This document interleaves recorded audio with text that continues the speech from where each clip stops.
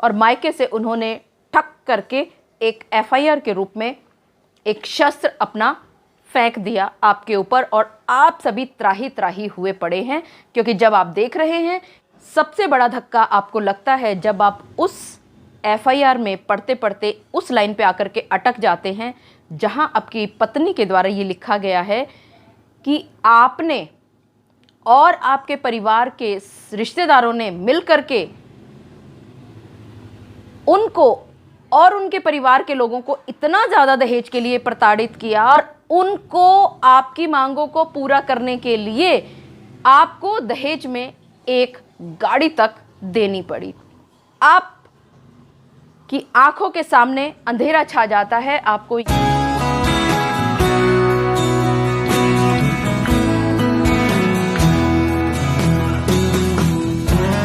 बहुत बार आपके सामने ऐसी समस्या आन पड़ती है कि आपके घर में व्हीकल को खड़ा करने की जगह तक नहीं है, लेकिन उसके बावजूद आपकी पत्नी के परिवार के लोग आप पर ज़बरदस्ती दबाव डालते हैं कि वो अपनी बेटी को उपहार में व्हीकल देना चाहते हैं। जी हाँ, आप सभी ने बिल्कुल ठीक समझा। आज के इस वीडियो में मैं आप सभी के साथ विस्तार से चर्चा करने वाली हूँ कि अगर ऐसी स्थिति आप पर आन पड़े तो आप इन स्थितियों का कैसे मुकाबला करेंगे।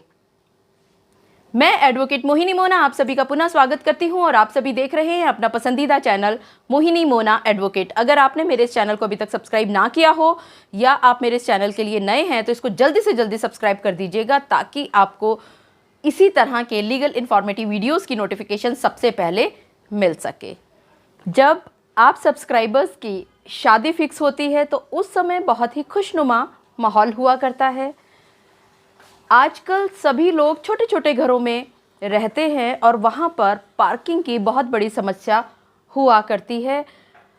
और जब आपकी शादी तय हो रही होती है तो उससे पहले ही आपके घर में एक वाहन मौजूद हुआ करता है। लेकिन जब आपकी पत्नी के परिवार के लोग शादी की बात करते हैं तो उस समय पर वो किसी भी एक वाहन को देने की बात किया करते हैं। आप उनको बार बार मना करते हैं कि घर छोटा है, जिस जगह पर आप रहते हैं वहाँ पर पार्किंग की बहुत बड़ी समस्या है,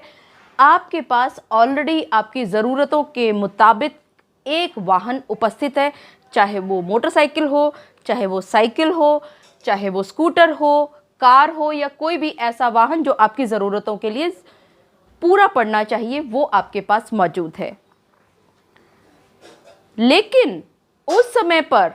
आपकी पत्नी के परिवार के लोग बार बार जोर डाला करते हैं कि नहीं, उन्होंने बहुत समय पहले से तैयारी कर रखी थी, उन्होंने पैसा जोड़ रखा था और उन्होंने ये मन बना रखा था कि वो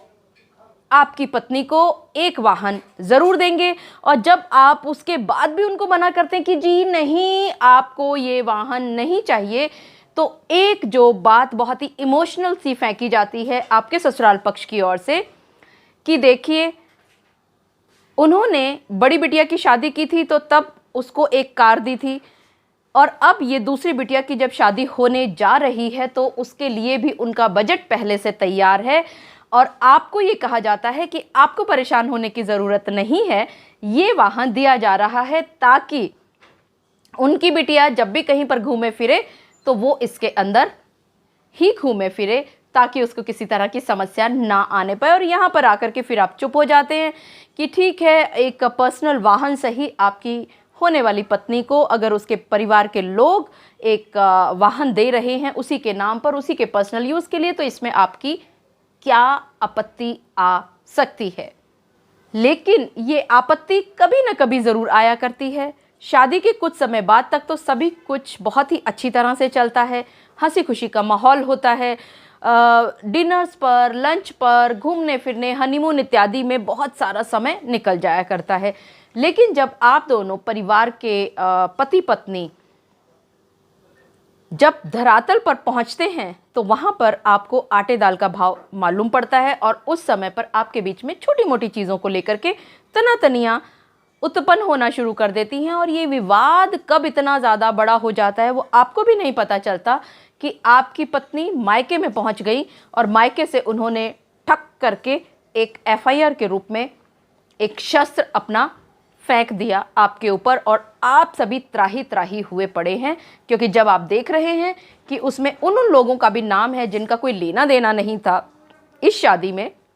और सबसे बड़ा धक्का आपको लगता है जब आप उस एफआईआर में पढ़ते पढ़ते उस लाइन पे आकर के अटक जाते हैं जहां आपकी पत्नी के द्वारा ये लिखा गया है कि आपने और आपके परिवार के रिश्तेदारों ने मिलकर के उनको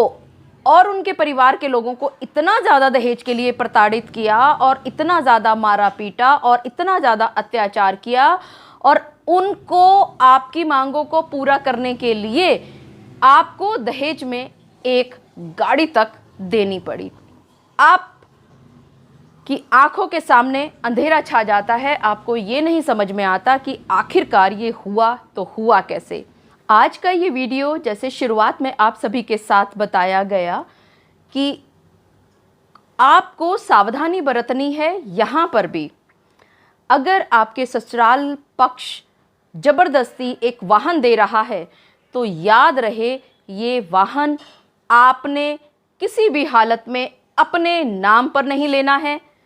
याद रहे ये वाहन आपने अपने नाम पर नहीं लेना है, और ना ही अपने माताजी या अपने पिताजी या अपने भाई भाभी यानी इत्यादि किसी भी परिवार के किसी सदस्य के नाम पर वो वाहन की रजिस्ट्री किसी हालत में आपने नहीं करवानी है। क्योंकि आपकी शुरू से ये मंशा रही है कि आपको ये वाहन नहीं चाहिए, कि आपके घर में वाहन खड़ा करने तक की जगह नहीं है, तो आपने इनकार किया था। अगर ज़बरदस्ती हो रही है यहाँ पर, तो आप अपने ससुराल पक्ष को ये कह दें कि अगर उनको वाहन देना ही है तो वो अपनी बेटी के नाम पर वाहन दे सकते हैं। फिर से कह रही हूँ, आप सभी को याद रहे कि अगर आपके ऊपर ज़बरदस्ती आन ही पड़ती है, आपको ज़बरदस्ती वो व्हीकल लेना ही पड़ता है, तो आपने अपने परिवार के किसी भी सदस्य के नाम पर उस व्हीकल की रजिस्ट्री नहीं करवानी है, बल्कि आपको याद रहे कि वो रजिस्ट्री सिर्फ़ और सिर्फ आपकी पत्नी के नाम पर हो, ताकि इस तरह के झूठे लांछन लगाने से आपकी पत्नी के हाथ रुके रहें, बंधे रहें, और आप अपने आप को सुरक्षित निकाल करके ले जाओ अगर आपकी पत्नी आप पर झूठे लांछन लगाए तो। मुझे पूरा विश्वास है कि आप सभी को मेरे आज के इस वीडियो के द्वारा ये पता चल गया होगा कि अगर आप पर किसी भी प्रकार की ज़बरदस्ती आती है शादी में व्हीकल को लेने की, जबकि आप बार बार मना कर रहे हैं कि आपको ये व्हीकल नहीं चाहिए, जैसा कि मैंने आप सभी को पिछले वीडियोस में भी बताया कि आप व्हाट्सएप के द्वारा ये बात ज़रूर लिख दें कि आपको दहेज में या उपहार में ये कार नहीं चाहिए। फिर से कह रही हूँ, आप ये ध्यान रखें कि आप ये बात ज़रूर लिख दें कि दहेज में आपको या उपहार में आपको ये कार नहीं चाहिए। और आज के इस वीडियो के माध्यम से आपको ये भी मालूमात पड़ चुकी है कि आप अपने आप को बचाने के लिए इन सभी व्हाट्सएप का या ये जो मैं आपको उपाय बता रही हूँ, इन सभी का अगर सिलसिलेवार ढंग से स्टडी करेंगे, सुनेंगे और इनका प्रयोग करेंगे तो आपको झूठी एफआईआर में कोई नहीं फंसा पाएगा। मुझे पूरा विश्वास है कि आप सभी को मेरा आज का वीडियो भी बहुत अच्छा लगा होगा। अगर आपको मेरा आज का वीडियो भी अच्छा लगा तो इसको लाइक, शेयर और कमेंट करना ना भूलिएगा। और हाँ, अगर आप मेरे इस चैनल के लिए नए हैं तो इसको जल्दी से जल्दी सब्सक्राइब कर दीजिएगा, ताकि आपको इसी तरह के लीगल इन्फॉर्मेटिव वीडियोज़ की नोटिफिकेशन सबसे पहले मिल सके। अपना और अपने परिवार का बहुत अच्छी तरह से ध्यान रखिएगा। Thank you, take care, bye bye.